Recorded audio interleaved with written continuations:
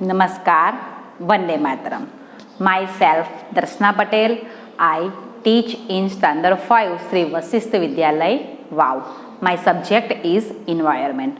Okay, students, today we will learn our environment chapter number 30, a shelter so high. New topic, people living on top of the world. Means people living એટલે કે લોકો જે રહે છે top of the world એટલે કે દુનિયાની ઊંચાઈએ જે લોકો રહે છે તેના વિશે આપણે ભણવાનું છે. તો students, in this topic we will learn about Changthang કે આ ટોપિકની અંદર આપણે ચાંગથાંગ વિશે ભણીશું.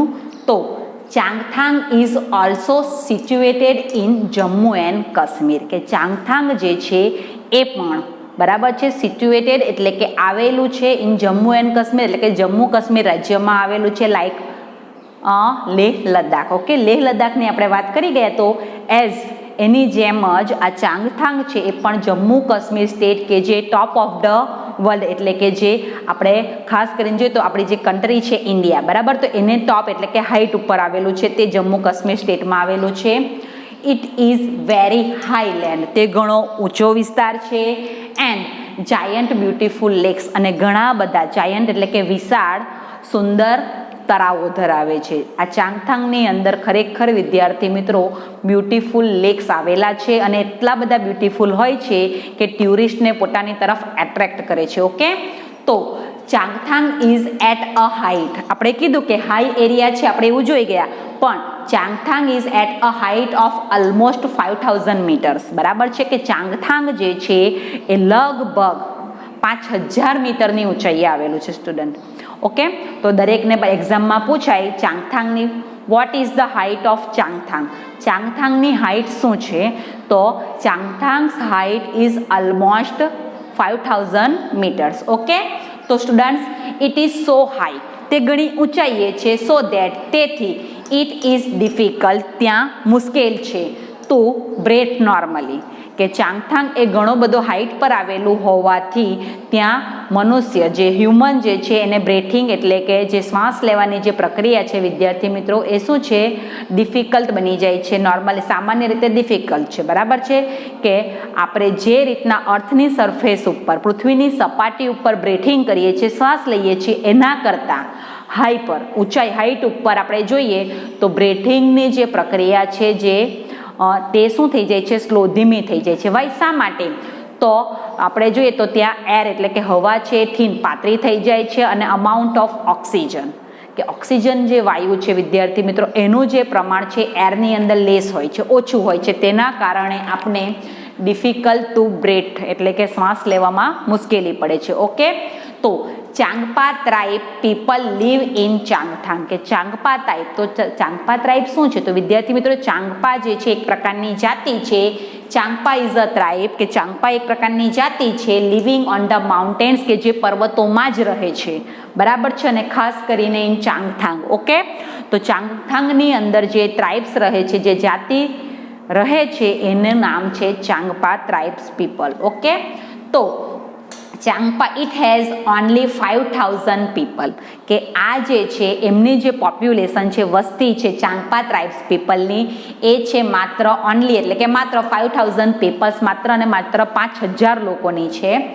દે આર ઓલવેઝ મૂવ, તેઓ હંમેશા મૂવ અથવા તો વંદર બરાબર, તેઓ હંમેશા ભટકતા રહે છે ફરતા રહે છે વિથ ધેર ગોટ્સ એન્ડ શીપ્સ, તેઓના ઘેટા અને બકરાની સાથે હંમેશા હાઈટ ઉપર વંડરિંગ કરતા રહે છે. વાય શા માટે, તો દે બિલીવ ધેટ એ લોકો એવું માને છે કે દે ગ્રેઝ ધેર શીપ એન્ડ ગોટ્સ કે તેઓ જે છે ગ્રેઝ એટલે કે ચરાવશે પોતાના ઘેટા અને બકરા હાઈટ ઉપર, જેટલી વધારે હાઈટ ઉપર ગ્રેઝ કરશે ચરાવશે એટલા જ હેર બરાબર છે. Their sheeps and goats hair are strong and long કે એના જે શું છે ઘેટા બકરાના જે હેર વાર છે એ સ્ટ્રોંગ મજબૂત બનશે, લોંગ બનશે અને એકદમ સોફ્ટ પોચા બનશે એવું એ લોકો માને છે. એટલે તેઓ હાઈટ ઉપર વધુ ને વધુ વંડરિંગ ભટકતા રહે છે પોતાના ઘેટા બકરા સાથે બરાબર છે. તો આ જ રીઝન છે કે એ લોકો શા માટે વધુ ને વધુ હાઈટ ઉપર પોતાના શીપ એન્ડ ગોટ્સને ગ્રેઝિંગ માટે લઈ જાય છે. ઓકે, તો અહીં આપ્યું છે કે there gods are there only treasure, કે તેઓના બકરીઓ જે છે એ એકમાત્ર તેઓનો ટ્રેઝર મીન્સ ખજાનો છે. વાય શા માટે એક્ઝામમાં પૂછાય તો because they got their all needs. They got એટલે કે તેઓ પ્રાપ્ત કરે છે, ધેર ઓલ નીડ્સ તેઓની બધી જ જરૂરિયાતો, લાઈક જેવી કે મિલ્ક એટલે દૂધ, ફૂડમાં આપણે દૂધનો યુઝ કરીએ ને તો એ લોકો એ મિલ્ક છે એ તેઓના શીપ અને ગોટ્સમાંથી પ્રાપ્ત કરે છે. મીટ એટલે કે માંસ, નોન વેજીટેરિયન હોય, બરાબર છે. તો વિદ્યાર્થી મિત્રો એ એઝ અ ફૂડ મીટનો યુઝ કરે છે એટલા માટે. સ્કિન ફોર ટેન્ટ્સ તંબુ માટેનું ચામડું, and wool for coats and sweaters કે કોટ અને સ્વેટર માટે જે ચામડું છે એ શું છે કે એ લોકો આ વૂલ, આ જે ઘેટા બકરાના ઊનમાંથી પ્રાપ્ત થાય છે તેનો યુઝ કરે છે. તો from their goats and sheep, આ બધી જ જરૂરિયાતો છે એમની એ લોકોના ઘેટા બકરામાંથી એમને પ્રાપ્ત થતી હોવાથી એકમાત્ર ટ્રેઝર એમનો છે કોણ તો કે તેઓના ઘેટા અને બકરા. ઓકે, તો એ લોકો જે છે એ પોતાની લાઇવલીહુડ, પોતાની આજીવિકા જો ઘેટા બકરામાંથી જ પ્રાપ્ત કરતા હોય તો એ પીપલની લાઈફની અંદર શીપ અને ગોડ્સનું જે છે એ ઇમ્પોર્ટન્સ સૌથી વધારે છે.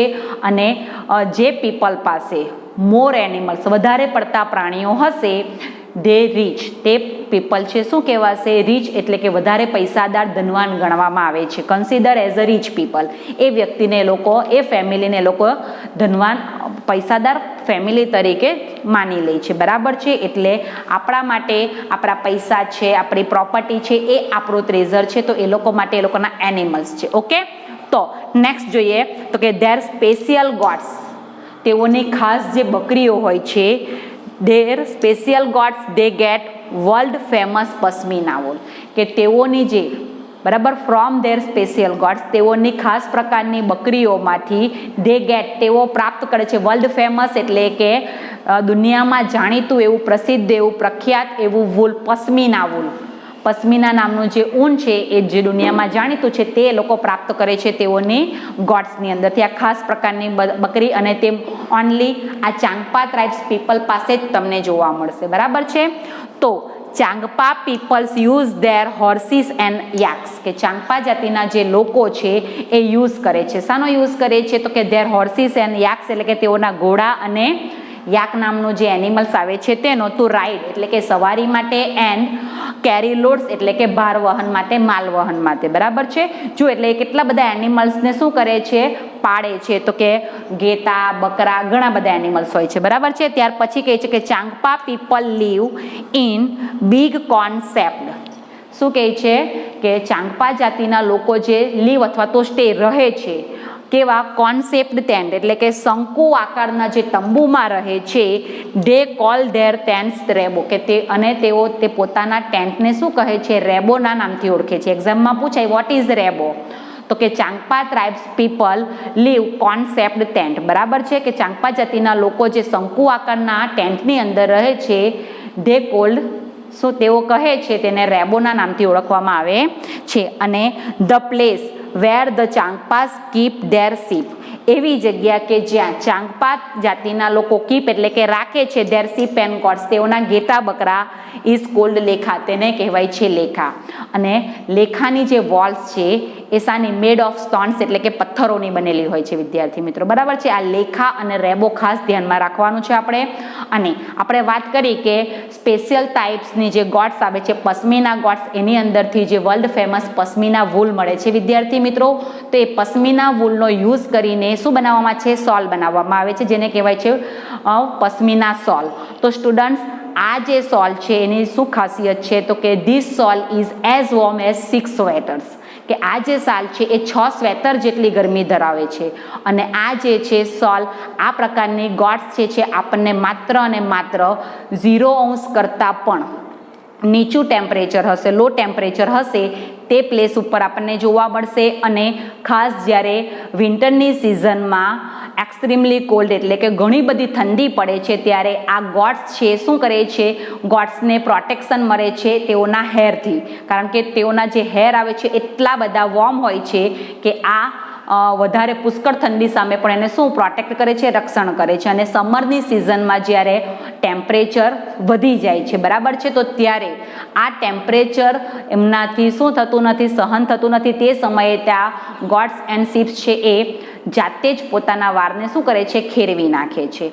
અને આ જે હેર છે એટલા બધા ફાઇન, એટલા બધા બારીક હોય છે કે મશીન ઉપર એનું વેવિંગ એટલે કે વણાટકામ થઈ શકતું નથી. સો દેટ તેથી જ the workers of Kashmir, workers નહીં પણ આપણે વીવર્સ લઈએ, બરાબર છે, કે કાશ્મીરના જે વીવર્સ છે, વણકરો છે, એ પોતાના બાય હેન્ડ પોતાના હાથ દ્વારા તેનું વેવિંગ કરે છે, વણાટકામ કરે છે. અને આફ્ટર 250 અવર્સ 250 કલાકો પછીના વણાટકામ પછી આ વન પ્લેન પશ્મિના સોલ મેડ એટલે કે બને છે, એક સાદી પશ્મિના સોલ બને છે, બરાબર છે.